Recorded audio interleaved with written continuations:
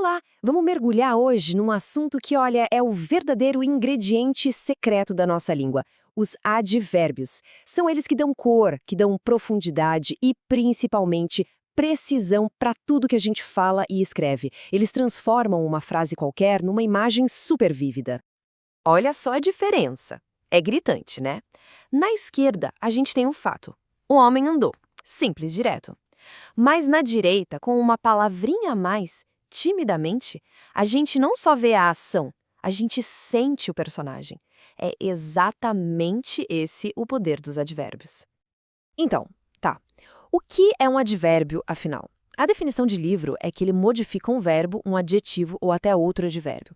Pensa nele como se fosse um botão de volume ou de ajuste fino para as palavras, sabe? Ele adiciona aquele detalhe crucial que responde perguntas bem importantes sobre o que está acontecendo. E este aqui é o nosso mapa de hoje. A gente vai começar com a regra básica do mente, depois vamos dar uma olhada naqueles advérbios que são meio rebeldes, os irregulares. Em seguida, as perguntas-chave para identificar qualquer um deles, onde colocar na frase e, por fim, como eles podem virar um verdadeiro superpoder na comunicação. Bora lá? Nossa primeira parada é a regra mais famosa. A terminação mente é o jeito mais comum de se criar um advérbio em português. É tipo a porta de entrada para a gente entender como eles funcionam. A ideia central é essa aqui, ó. Você pega um adjetivo, passa ele para a forma feminina e depois junta um mente no final. Essa é a fórmula básica que funciona na grande maioria das vezes para transformar uma qualidade num jeito de agir. Na prática, é bem simples. Frio vira friamente. Súbito, subitamente. A transformação é bem clara. Mas atenção, é sempre bom lembrar da exceção mais clássica de todas. O adjetivo mal vira o advérbio mal.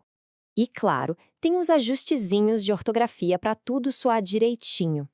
Adjetivos que terminam com a letra L, por exemplo, só precisam que a gente adicione o mente. Fácil vira facilmente. É uma regrinha simples que já evita um monte de erro comum. Agora, vamos para a parte mais interessante. As exceções à regra. Os irregulares são o que dão um tempero especial para a língua, mas, também podem criar uma certa confusão. Dominar esses caras é o que realmente eleva o nível da comunicação. Um exemplo clássico que pega muita gente é a dupla bom e bem. Bom é adjetivo. Ele descreve o substantivo. Tipo, Hailey é uma boa tenista. Já bem é o advérbio. Ele diz como ela joga. Ela joga bem. Mas cuidado. Bem também pode ser usado como um adjetivo, significando saudável. O contexto aqui é tudo. E tem outras palavras que são tipo multifuncionais. Elas podem ser tanto adjetivos quanto advérbios sem mudar nadinha na forma. Por exemplo, a palavra rápido. Uma pessoa pode ser um falante rápido, que é o adjetivo descrevendo a pessoa. Ou ela pode falar rápido, que é o advérbio descrevendo o jeito de falar. Mesma palavra, duas funções, tudo depende do contexto. É muito fácil se confundir com palavras que parecem primas, mas não são. Tarde fala de tempo, é o oposto de cedo. Já ultimamente, que parece vir de último, na verdade quer dizer recentemente. A diferença no significado é gigante, então escolher a palavra certa é fundamental para a clareza. Ok, sabendo que existem regras de exceções, como é que a gente consegue identificar um advérbio com certeza? O melhor jeito é pensar neles como se fossem respostas para perguntas bem específicas. Essa abordagem simplifica tudo. Então, como é que a gente acha essas palavras numa frase? Não precisa adivinhar, não. É só agir como um detetive e fazer as perguntas certas sobre a ação que está acontecendo. E as perguntas são essas aqui, as 5 principais. Como, quando, onde, com que frequência e em que medida. Se uma palavra ou um grupo de palavras responde a uma dessas perguntas sobre o verbo, o adjetivo ou outro advérbio, pronto, é um advérbio. E isso deixa o conceito bem mais concreto, né? Para a pergunta como, a gente tem lentamente. Para quando? Amanhã.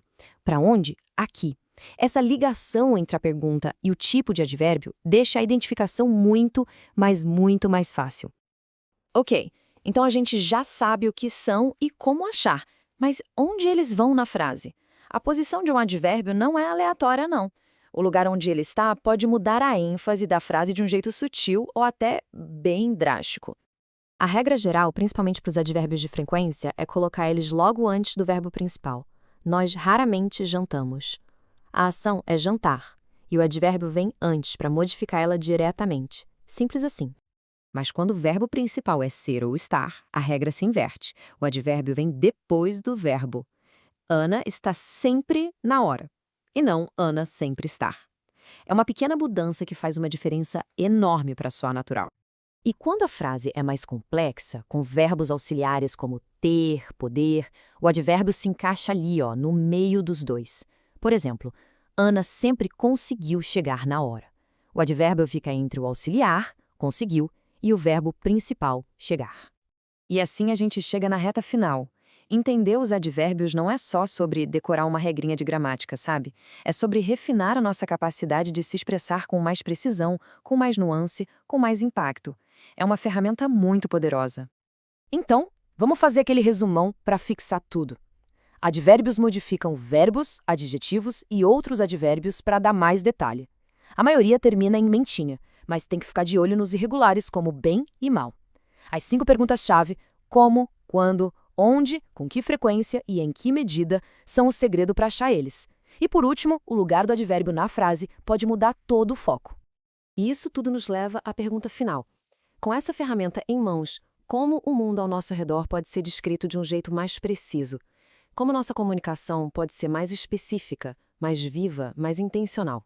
É algo para se pensar na próxima vez que for contar uma história ou descrever uma experiência.